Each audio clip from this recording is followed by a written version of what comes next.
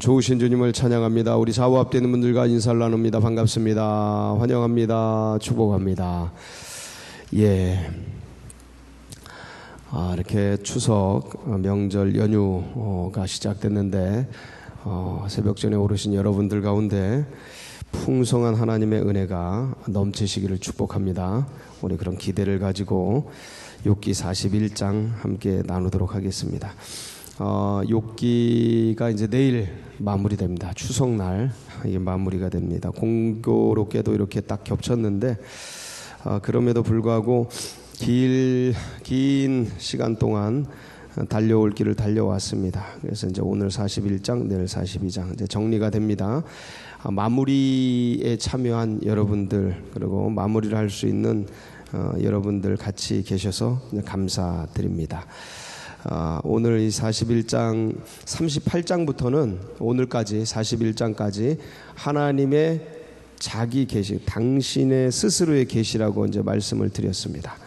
무슨 얘기입니까? 오늘은 41장은 리워야단이라는 동물을 통해서 하나님의 절대 주권 그리고 인간의 한계성 이것을 이제 이야기하는 장면입니다.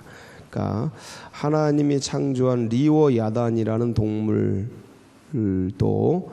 네가 잘 모르고 다루지 못하고 그러는데 너의 한계가 요만큼인데 네가 이거밖에 안 되는데 지금 하나님이 하고자 하는 일들에 대해서 네가 가타부타 다른 얘기를 하려고 하느냐 하고 이제 가르치는 겁니다.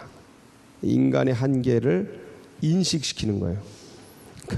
인간은 이런 한계가 인식되기 전까지는 우주의 신이죠. 모든 걸 할 수 있다 이렇게 생각합니다. 그래서 인간이 얼마나 연약한지를 이제 보여주는 거죠.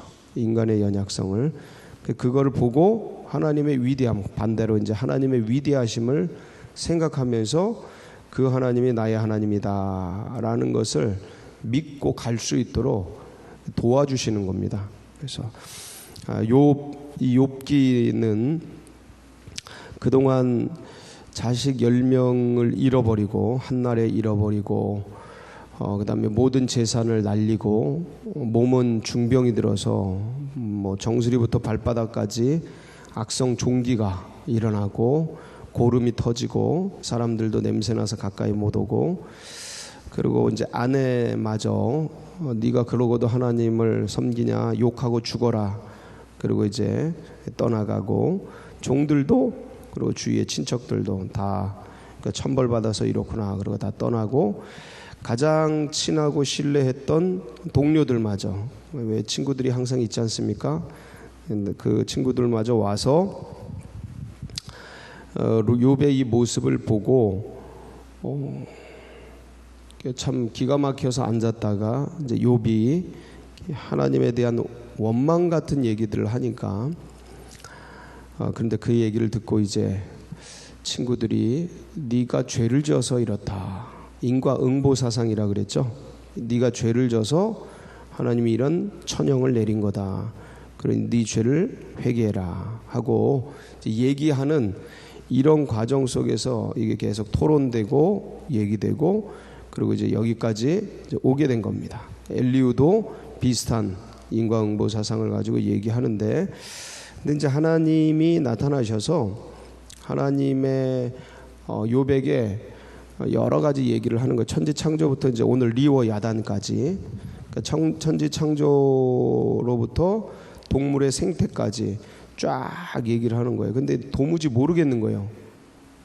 하나님이 말씀하시는 면면을 네가 천지 창조할 때 어디 있었느냐, 네가 땅에 기초를 놓을 때 어디 있었느냐, 네가 바람 창고를 가지고 있느냐, 하늘에 비, 우박, 이슬을 네가 나게 했느냐 하면서 이 천지 창조와 기후와 동물들과 쫙 생태를 얘기하는데 아무것도 한 게 없는 거예요. 네가 공기를 지금 우리 식으로 얘기합니다. 우리 이 시대에도 공기가 없으면 죽지 않습니까? 이 공기를 네가 만들었느냐? 저 흙들을 네가 창조했느냐? 네가 이 모든 만물들을 네가 관여한 바가 있느냐. 오히려 인간이 손을 대면 망쳐지죠. 예, 이 푸른 아름다운 자연이 인간이 가면 다 망쳐집니다. 99.9% 대부분 그렇습니다. 그러니까 오히려 우리는 다 망쳐놓는데 그런 것들, 그러니까 인간의 생존에 필요한 필수적인 것들, 네가 물을 만들었느냐, 네가 양식을 만들었느냐, 이런 얘기들이에요. 그러고 보면 한 게 아무것도 없는 거예요. 그런 걸 통해서 나라는 존재를 인식하는 거죠. 나.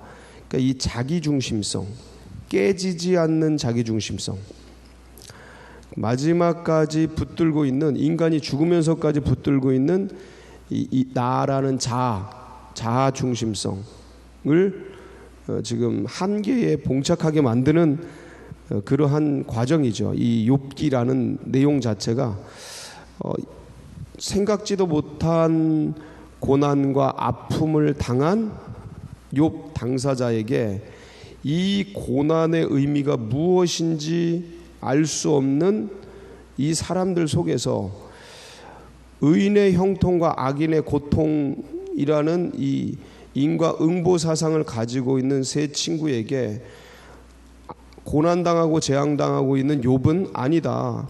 세상은 현실은 그렇지 않다.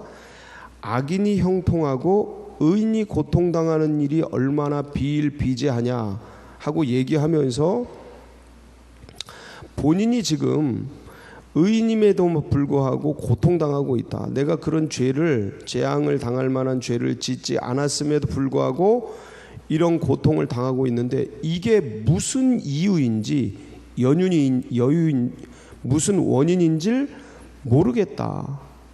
나는 이런 죄를 지은 바가 없다. 이런 재앙을 당할 만한 죄를 지은 바가 없다. 라고 하면서 하나님을 찾아 부르짖지만 응답 없고 침묵하시는 하나님, 그 속에서 갈 길 몰라 방황하고 재앙 자체도 힘들고 다 끊어지는 것, 이 인간의 의식을 붙들고 있는 세상의 끈들이 다 끊어진 상태에서 이제 죽을 날만 기다리는 이 욥이라는 인생 속에 다 끊어지고 의지할 바 없는 그 속에 하나님마저 응답 없는, 하나님마저 대답 없는, 내가 붙들고 견디고 온 그 하나님마저 어둠 속의 캄캄함처럼 의지할 수 없는 이 상황이 된 여기에 하나님이 나타나셔서 지금 38장부터 오늘까지 41장까지 지금 욥에게 하나님이 스스로를 계시하시는 거예요. 그러면서 너 이런 거 알고 있니? 오늘 이제 리워 야단이 뭐죠? 근데 악어입니다. 악어. 옛날 명칭이 리워 야단이에요. 중동에는 악어가 없잖아요. 그러니까 이게 괴물 같고 용 같은 거죠. 듣기로는 그 껍질이 어마무시해. 창으로 찔러도 안 들어가. 근데 얘네들이 그냥 물속에도 살고 바닷속에도 사는데, 그러니까 사는 것도 많아. 육지에서도 살고 바다에서 살고 강에서도 살고, 그리고 꼬리가 얼마나 그친지, 그 한 대 맞으면 죽고, 턱의 힘이 얼마나 센지 그냥 한번 물면 다 박살나. 그냥 이빨이 그냥 뭐 강철 같아. 그 뭐 창으로 찔러도 들어가지도 않고 껍데기가 얼마나 센지. 즉 이러한 괴물 같은 리워 야단에 대해서 쭉 얘기를 하면서 너 이것들을 다룰 수 있느냐? 얘를 네가 아감 뭐 이렇게 낚시할 수 있겠느냐? 네가 얘네들을 매매할 수 있겠느냐? 얘를 길들일 수 있겠느냐? 그러면서 쭉 얘기를 하는 거예요. 그 얘기들이죠. 전부 그 리워 야단. 그러니까 저도 이제 요거를 이제 보면서 그 악어 여기 쭉 보니까 되게 자세히 나와 있어요. 악어의 생리, 악어의 형태, 모양. 그래서 저도 한번 이제 인터넷으로 이걸 자세히 살펴봤죠. 그랬더니 진짜 겁나요. 한번 볼까요? 이게 악어 발이에요, 발. 근데 자세히 보세요. 우리가 생각하기에는 악어 가죽 그거 참 명품 백 만드는 그 악어가 아주 그게 이렇게 민자로 될 것 같잖아요. 하나로 민자로. 근데 여기 설명한 그대로 돼 있어요. 저렇게 비늘처럼 껍데기가 저래요. 비늘처럼. 근데 저기 안 끊어지고 다 연결돼 있어요. 방수 처리돼 있어. 방수 처리. 저기 발 하나인데 어마어마하죠. 예. 그 좀 크기가 어느 정도냐면 예. 이게 이제 강가에서 이렇게 걸어 나온 악어예요. 저 턱 힘이 하마랑 악어랑 가장 센 턱 힘을 가지고 있어요. 한번 딱 물면 이게 다 부셔져요. 이 턱 힘이 어마어마한. 저기 저렇게 생겼는데 저게 달리면 또 빨라요. 네. 짱뚱짱뚱 이렇게 가서 느릴 것 같은데 달리면 빨라 또. 하마도 느릿느릿한 것 같잖아요. 이게 이 전장이 하마 얘기잖아요. 40장이 하마도 베헤못이라 하마도 느릴 것 같은데 바바박 하고 움직여요. 근데 얘네들이 다 습지 동물들이잖아요. 물 하마도 그렇고 얘도 그렇고 중동에선 볼 수 없는. 그러니까 이게 상상의 동물들이라고요. 이것들을 이제 네가 아느냐 하고 요백에 묻는 거예요. 저거는 악어예요. 한 7m가 넘는다 그러더라고요. 7m. 그 1.4톤. 저 악어 저런 거 한번 만나. 저 꼬리 보세요. 저 꼬리 용꼬리 같지 않아요? 용꼬리 촤 용. 그러니까 용같이 생겨가지고 용의 모습으로도 나오고 이게 아침에 새벽 안개 속에서 쫙 그 이 리워야단이 악어가 쫙 나오면서 겨울녘에 새벽에 낮 기온 그러니까 기온이 딱 떨어졌을 때 하고 하면 여기서 연기가 확 하고 나오는 것 같고 뭐 그런 거예요. 우리도 겨울날 아침에 이렇게 한번 이게 쫙 하고 나가잖아요. 그러한 모습들을 여기 쭉 그려놨어요. 화살도 안 들어가고 창으로도 안 뚫리고 저 악어 가죽을 깨물어 가지고 뚫을 수 있는 건 하마밖에 없다 그래요. 하마. 그러니까 하마하고 40장인 하마, 이 41장에는 악어의 모습을 쭉 그리면서 생태를 겉모습을 보여주면서 너 이거 아니? 네가 이거 다룰 줄 아니? 내가 만든 수많은 것 중에 하나야. 너 이거 아니? 하고 묻는 거예요. 그러니까 이것도 모르는데 네가 하나님을 아니? 이 얘기하는 거예요. 그러니까 아무것도 아닌 거죠. 인간의 지식이. 내가 알고 있다고 하는데 내가 뭔가를 알고 있다고 하는데 그 알고 있는 것이 전부인 것 같고 완전한 것 같고 그것이 나의 의식 세계를 구성하고 그것이 내가 생각하는 그 바가 진리인 것 같고 하지만 그 알고 있다고 하는 그 알고 있음이 얼마나 많은 것을 모르고 있는 줄 모르는 채 알고 있는 거예요. 제가 그런 비유를 얘기했죠. 천체 물리학자들이 천체를 알아가면 알아갈수록 그 전에는 생각 못했던 세계, 모르는 세계가 나오니까, 모르는 우주가 나오니까 알면 알수록 모르는 게 더 많다라는 걸 알게 된다고. 이 얘기를 하고 있는 거예요. 주님은 네가 알고 있는 하나님, 네가 생각하고 인식하는 그 하나님, 그 하나님을 네가 알고 있다고 생각하지만 모르는 게 더 많다라는 거예요. 그러니까 그 모르는 전부를 너에게 알게 하는 방법, 그것을 내가 쓰고 있는데, 근데 네가 지금 네가 모르겠다고 답답해하고 하나님 계시는지 안 계시는지 괴로워하고 다 이해는 하죠. 다 이해는 하는데, 하나님이 이해는 하는데 이걸 지금 네가 그러고 있는 모습을 보여주고 있는 거예요. 네가 얼마나 무지한지. 자, 그런데 잘 보세요. 제가 지금 요백에 지금 하나님이 가르치시는 방법적인 측면 속에서 얘기를 했는데, 거꾸로 이제 욥 입장에서 보면 보이지 않던 그 하나님이 지금 어떻게 된 거예요? 침묵하시던 그 하나님이 지금 욥에게 뭐 하고 계신 거예요? 말씀하시고 만난 거예요. 이게 중요해요. 그러니까 욥기는 이게 중요하다. 그 침묵하고 보이지 않고 느껴지지 않던 그 하나님이 스스로를 드러내셔서 계시하셨다라는 건, 욥에게 이 계시된 하나님을 기록하고 알게 했다라는 건 욥 입장에선 그 하나님을 알게 된 거죠. 만나게 된 거죠.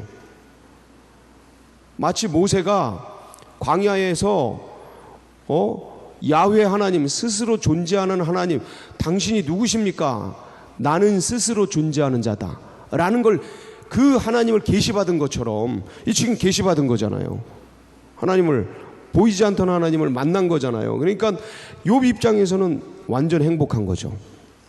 너무너무 행복한 거예요. 지금 도무지 만날 수 없고 알 수 없었던 그 하나님이 이제 나타나신 거니까, 아무것도 아닌 인간인데 그 아무것도 아닌 인간에게 전능하신 하나님이 나타나신 거니까, 잠시 왔다 사라지는 인생, 그래도 그 영원하신 하나님이 나타나셔서 지금 내가 이런 사람이, 내가 이런 존재다 하고 하나님을 알려주시는 거니까, 거꾸로 욥 입장에선 이걸 알게 되는 거니까 너무너무 행복한 거죠. 그래서 이런 고난이 있었구나 하는 걸 알게 되는 거예요. 그러니까 이런 고난이 없었다면 내가 어찌 하나님을 알았을꼬. 그러면서 무엇을 알게 됐냐면, 인과응보적인 재앙, 고난에 인과응보적인 고난,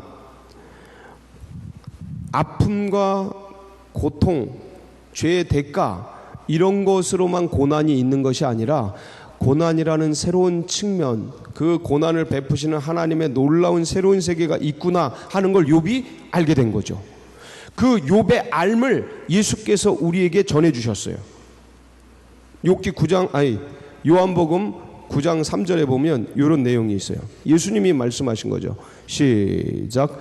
예수께서 대답하시되 이 사람이나 그 부모의 죄로 인한 것이 아니라 그에게서 하나님이 하시는 일을 나타내고자 하심이라. 날 때부터 속용된 자, 성전 앞에서 구걸하고 있던 사람, 제자들이 누구의 죄 때문입니까? 그의 부모 죄입니까? 저렇게 된 건 자기 죄입니까? 라고 말할 때 그게 아니다.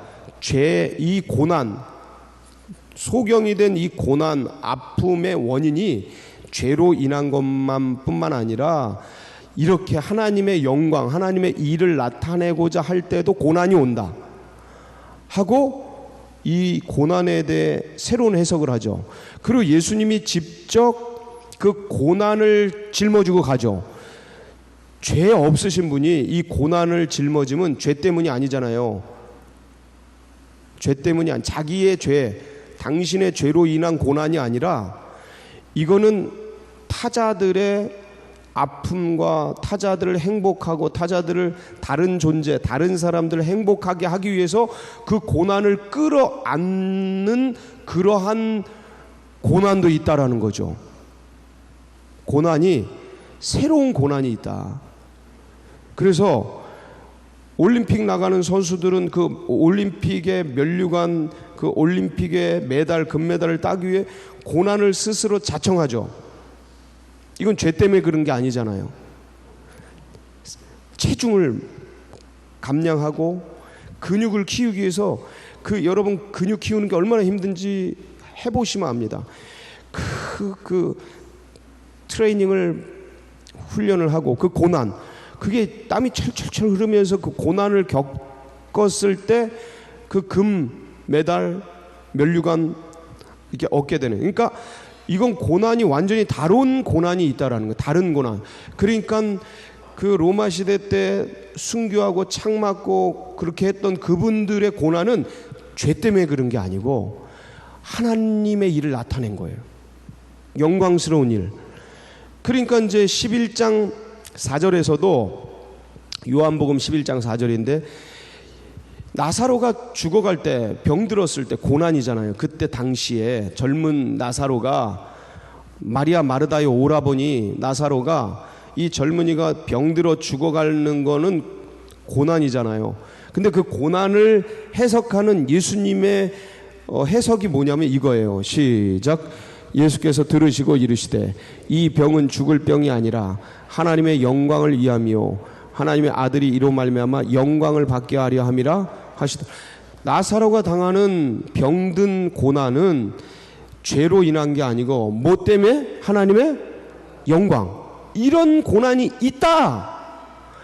지금 욥이 그걸 안 거예요. 이건 뭡니까? 다른 얘기로 하나님에 대한 영성의 깊이가, 영적 지경이 확 하고 넓어진 거예요. 뭐 때문에? 이 고난을 겪으면서. 그러니까 시편 기자들은 노래하는 거예요. 이 고난이 내게 유익이다.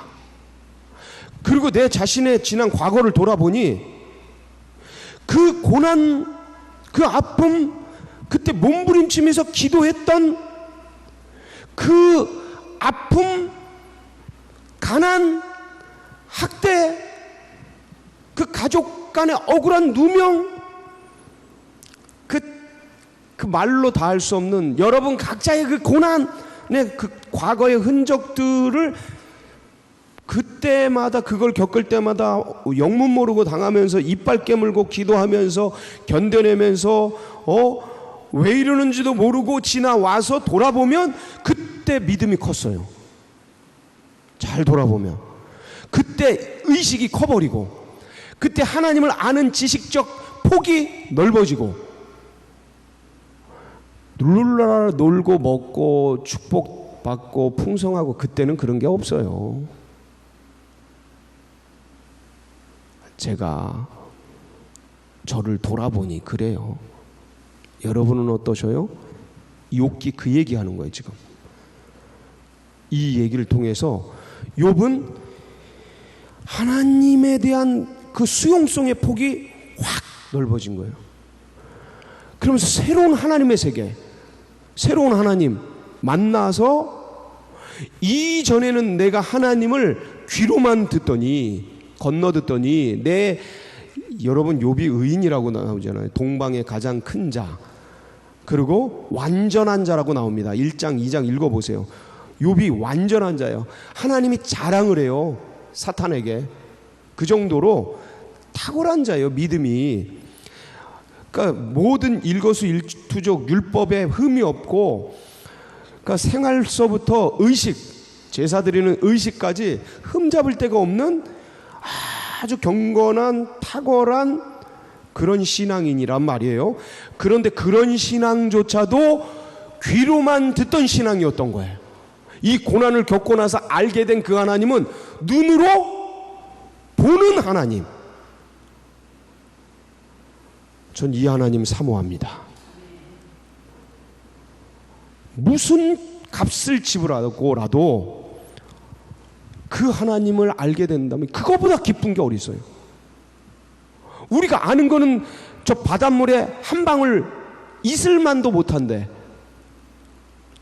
우리가 아는 하나님은, 우리가 아는 예수는, 우리가 아는 십자가는, 우리가 아는 그 사랑은, 이 인간의 의식 속에, 내 중심 속 이 의식 속에 내 지식이라는 게, 하나님을 아는 지식이라는 게 갇혀서 저 바닷물에, 저 바다의 모래, 해변에 모래 한 알만큼도 안 되는 이 짜부랑이 가지고 이게 뭐 의인된 마냥, 이게 뭐 완전한 의인인 모양, 다 아는 것 모양 이루고 있는 내 옹졸한 내 자신이 깨뜨려지고 더 깊은 하나님을 만날 수 있다면,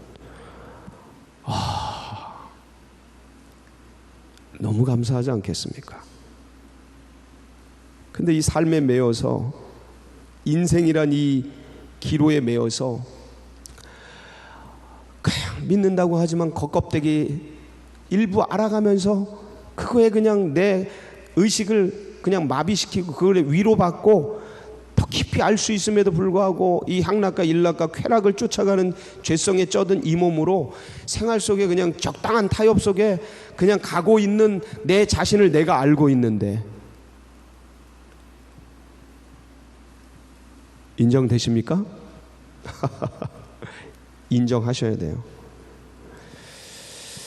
우리가 그러고 있는데, 모든 인생들이 그리고 좀 낫다고 하는 사람들을 성인이라고 하면서, 그분들이 그 조금 낫다고 하는 그 성인들급의 그 사람들이 조금 더 주님을 알려고 하고 알게 된 그거를 성인이라고 취급하는 우리들의 이 모습인데, 욥이 알게 된 이 하나님을, 더 깊은 하나님을 안다면 얼마나 행복할까, 얼마나 기쁠까, 그 얘기하는 거예요. 너무 기쁘다. 그래서 욥의 고난, 사실 욥은 고난에 대한 대명사지만 제가 그랬잖아요. 성화론이다. 하나님을 더 깊이 안 사람의 신앙 고백이다. 간증이다. 예, 간증서다. 고백서다.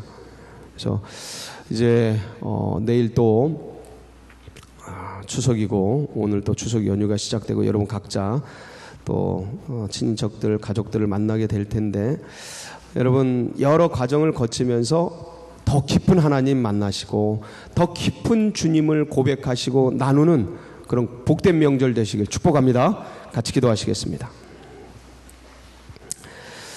이런 신앙과 이 믿음 다음 세대들에게도 흘러가고 새 가족들의 가슴 속에도 새겨져서 계속 전승되도록, 우리 선에서 멈추지 말고 계속 전승되도록 위해서 기도해 주시고, 이 나라 민족, 추석을 맞은 이 나라 민족 주님께서 속히 안정시켜 주시고 남북을 믿음으로 또 자유민주 평화로 통일되고, 그리고 우리 교회 나아가는 앞길, 여러분 각자의 기도 제목 붙들고 우리 주여 한번 부르고 기도하며 나갑니다. 부르짖습니다. 주여, 할렐루야.